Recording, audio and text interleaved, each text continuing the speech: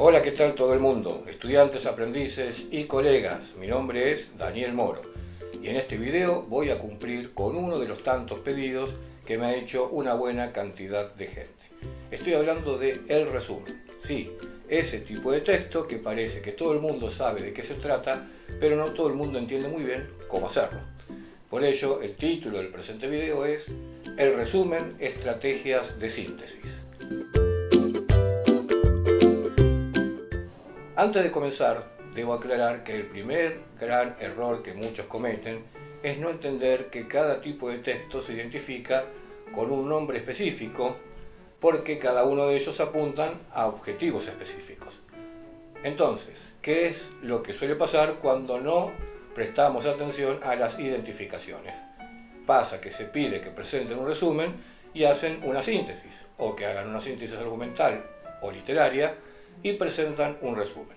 Se les pide un informe y entregan una monografía, o se pide una reseña y se presenta un ensayo. Y todas esas metidas de pata, ese tipo de confusiones, aunque parezca mentira, sucede más veces de las que se podrían imaginar. Entonces, lo primero es lo primero. Es decir, antes de resolver un tipo de texto debemos tener bien en claro qué implica el mismo y así nuestra resolución va a ser mucho más efectiva.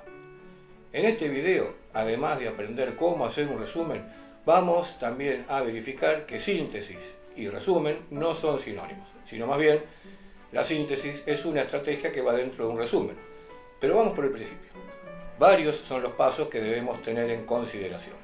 Para empezar, cuando se resume un texto antes de comenzar el mismo, hay que tener en cuenta el objetivo y el propósito.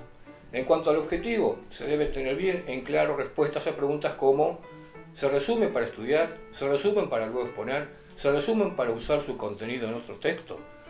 En tanto, el propósito tiene que ver con la selección de un contenido particular vinculado a uno general. Por ejemplo, el resumen de un texto de historia sobre la Revolución de Mayo puede tener como propósito explicar las causas del hecho, o realizar una cronología de la Semana de Mayo, o exponer la ideología de los protagonistas, etc. Entonces, cada objetivo y propósito determinan qué información del texto seleccionar y cómo jerarquizarla. Por tanto, según los objetivos y el propósito, se generan resúmenes diferentes. Ahora ya estamos listos para explicar cómo hacer un resumen, aclarando que el mismo es un texto expositivo que sintetiza la información de otro, denominado texto fuente. ¿Cómo hacer un resumen? Pues bien, la manera más eficaz de realizarlo es cumpliendo con algunas pautas que son imprescindibles. A saber, hay que hacer una primera lectura del texto fuente para saber de qué se trata y reconocer el tipo textual que predomina: narrativo, descriptivo, argumentativo, instructivo, conversacional o explicativo. ¿Y por qué es importante llevar a cabo la mencionada acción? Porque según el tipo de texto es donde vamos a encontrar las ideas principales. Por ejemplo, en las explicaciones, texto explicativo, las ideas principales están contenidas en definiciones, mientras que los ejemplos, comparaciones, aclaraciones, etc. son ideas secundarias. En las narraciones, ya sean ficticias o reales, las ideas principales son los núcleos narrativos y las secundarias son las descripciones, los comentarios del narrador y acciones que no tienen consecuencias en el desarrollo del tema. En las argumentaciones, las ideas principales son las hipótesis y los argumentos o razones que las sostienen.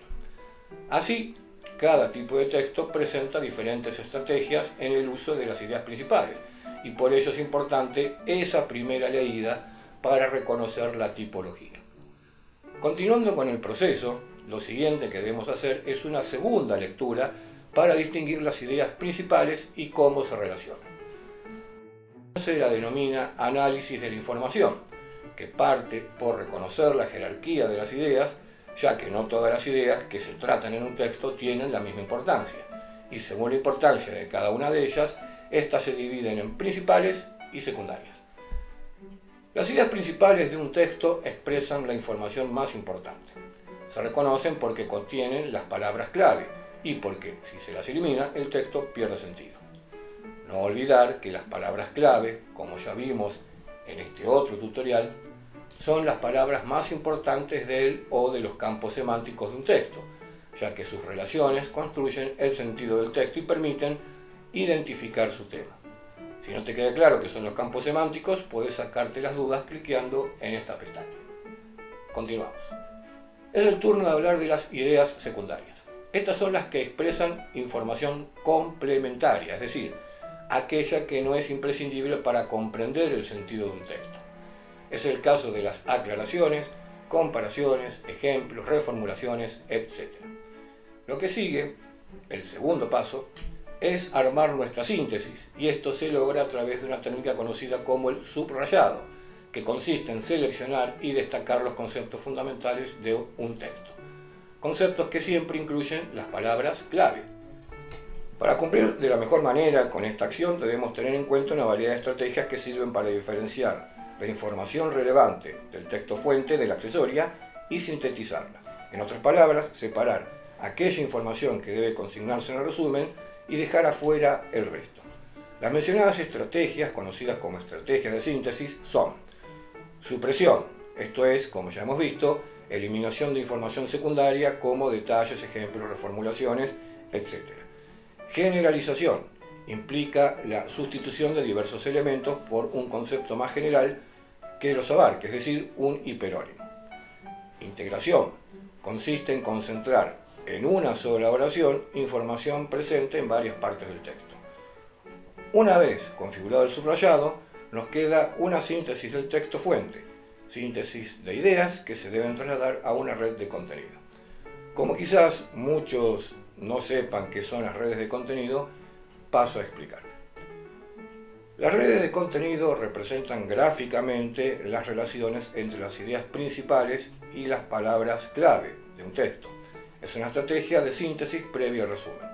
En ese sentido, ayuda a planificarlo. Debo aclarar que esta estrategia no tiene una única manera de resolverse. Aquí lo importante es que quien la arma pueda luego recurrir a la misma para completar su resumen. En otras palabras, no sirve de nada armar una red en la que después el autor de la misma no le encuentre sentido a lo que armó. Aquí les presento un ejemplo en el que sintetizo las funciones del lenguaje según Jacobson. Repito, debe quedar claro que esta forma de resolver es personal y no es la única. Solo doy el ejemplo para que tengan una idea más gráfica y visual de qué conlleva armar una red de contenido. Si llegamos hasta aquí, quiere decir que ya hicimos nuestra primera lectura del texto fuente para saber de qué se trata el mismo y a la vez reconocer la tipología textual predominante. También hicimos la segunda lectura, acompañada del subrayado, a través del cual destacamos ideas principales y descartamos las ideas secundarias. Con las ideas principales hemos armado la red de contenido y ahora solo falta redactar el resumen, explicando las ideas principales con nuestras propias palabras, asegurándonos de que el texto sea coherente y exprese el contenido del original de manera íntegra, siguiendo un orden de exposición claro y adecuado al contenido del texto. El último paso tiene que ver con la revisión. Cuando se termina un resumen, se debe verificar si responde a las siguientes preguntas. ¿Es un texto autónomo? ¿Contiene todas las ideas principales? ¿Es coherente? ¿Está cohesionado? ¿Consigna el texto fuente e incluye la voz del autor? ¿Respeta la gramática y la ortografía? Según el resultado del análisis, o bien se introducen los cambios necesarios, o bien se da por terminado el resumen. Si hemos llevado a cabo cada uno de los pasos sin saltearnos nada, habremos conseguido un muy buen resumen que podrá servir tanto para estudiar como para exponer oralmente. Lo importante de esta estrategia es que una vez terminado el resumen, seguro es que el tema no solo pasa a ser comprendido, sino que al mismo tiempo concluye por ser un tema estudiado y con ello, llegada la hora de rendir cuenta de lo aprendido, solo quedará repasar el mismo. Espero que todo lo aquí expuesto haya sido de utilidad para ustedes, que haya cumplido con las expectativas y si es así, no olviden suscribirse apretando el botón rojo que está por allí debajo y luego la campanita para ser notificados cada vez que se baje un nuevo video. Por lo pronto, nada más, solo me resta decir sean felices, lean un libro completo y hasta pronto.